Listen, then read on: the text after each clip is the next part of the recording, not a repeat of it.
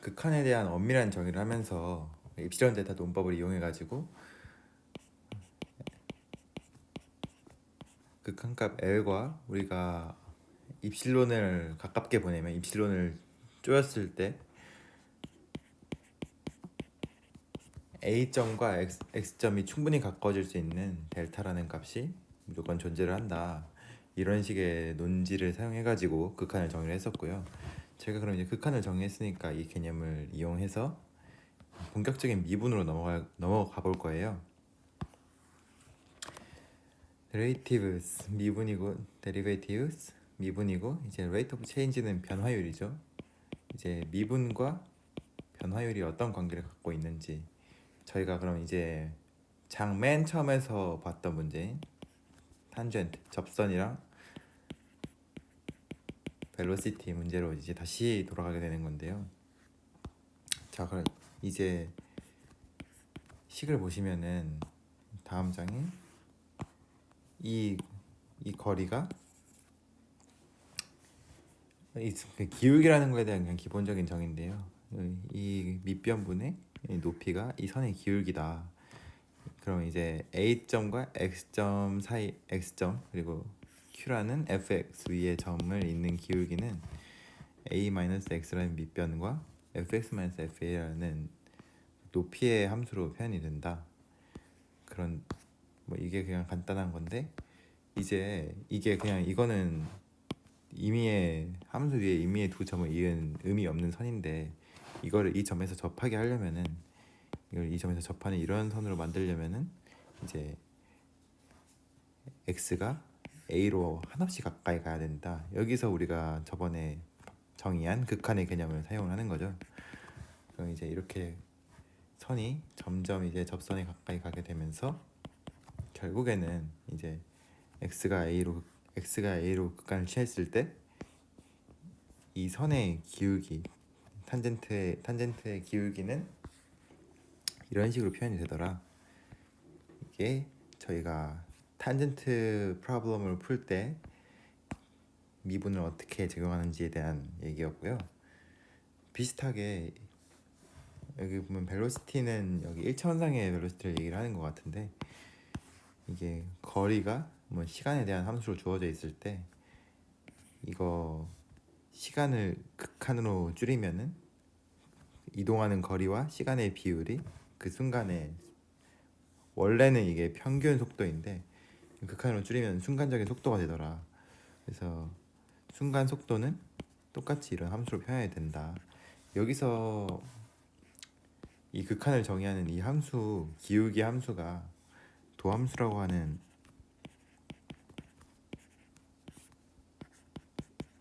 a 플러스 h 마이너스 fa 이런 형태로 표현이 되는데요. 여기서 h라고 하는 거는 원래는 이 표기법이 원래는 아니고 저희가 일반적으로 기본을 가면서 미분을 표기할 때 말씀드렸던 라이프니츠식 표기법을 사용한다고 했는데 이 dx라는 게 엄청나게 작지만 0은 아닌 값 그래서 만약에 f와의 이것도 엄청나게 작고 이것도 엄청나게 작지만 이 두 개의 비율은 어떤 규칙을 따르기 때문에 도함수가 정의가 되는 이런 아주 작은 값으로 정의가 되는데 그 아주 작은 값에 해당하는 거를 그냥 h라는 걸로 표현을 한 거고요. 이 도함수의 정의로부터 뭐 대수적으로 웬만한 이제 미분에 대한 규칙들을 이해할 수 있으니까 한번 봐두시고 넘어가면은 도움이 될 거예요. 자, 그럼 이제 방금 얘기했던 거죠. 미분 of function f 넘버 a에서의 f의 미분은 이런 식으로 정의가 된다. 만약에 이 극한값이 존재한다면 뒤에서 뭐 극한값이 존재하지 않는 경우에 대한 간단한 예시들도 살펴볼 거예요. 그래서 이제 그럼 이게 접선의 기울기고 접선은 직선이고 a, fa를 지나는 점이니까 접선에 대한 식은 이런 식으로 표현이 되겠죠. 그러면은 이제 저희가 앞에서 배웠던 접선에 대한 문제를 다 풀었고요. y는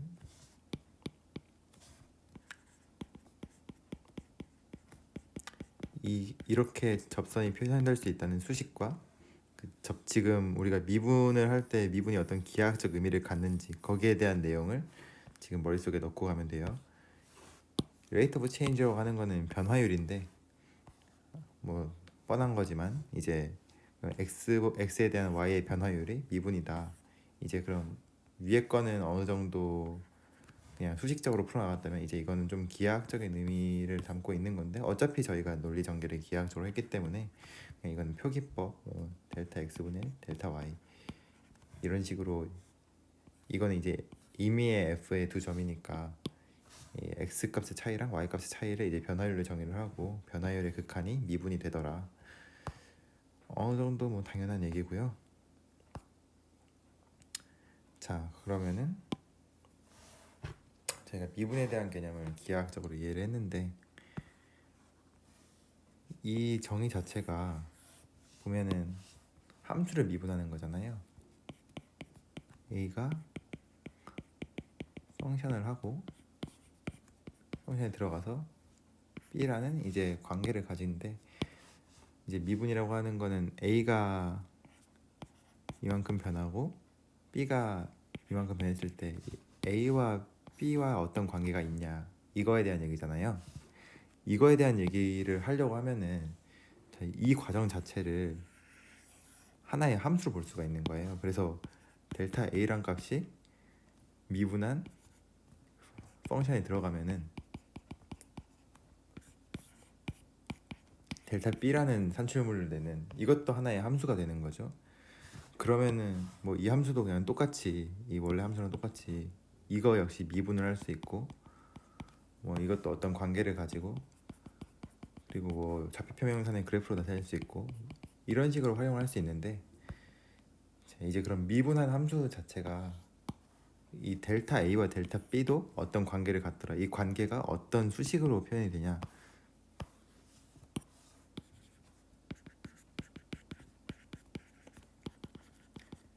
그 식이 그 값이 어떤 의미를 가지냐. 이런 것들로부터 이제 해석하기 출발을 하는 거예요. 함수를 해석하는 과정이 이런 것들로부터 출발을 하는 거고 뭐 간단하게 여기서 보시면은 이제 뭐 아까 우리가 기하학적인 해석에서 미분이 기울기라는 걸 봤죠. 그러면은 이제 이걸 미분한 함수는 이거 기울기 이 점에서의 기울기가 이 미분 함수가 될 텐데 어떤 점에서의 기울기가 미분 함수가 될 텐데 뭐 여기선 뭐 기울기가 음수인 것 같고 여기선 기울기가 0이니까 함수값 f'이라는 함수는 이 뭐 p라는 점에서 함수값을 0을 가지겠죠.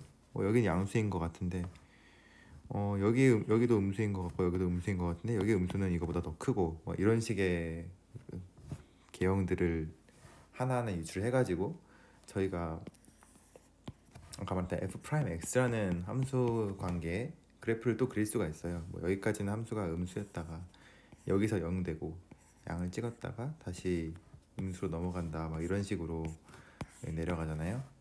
이런 식으로 뭐 그래프의 개형을 간단히 그릴 수 있고 아까 말한 뭐 도함수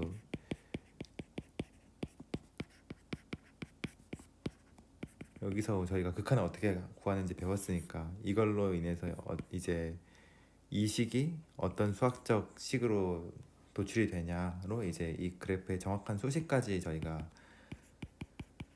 도출을 해낼 수가 있죠. 이게 저희가 미분을 활용하는 기본적인 방법에 대한 이야기예요.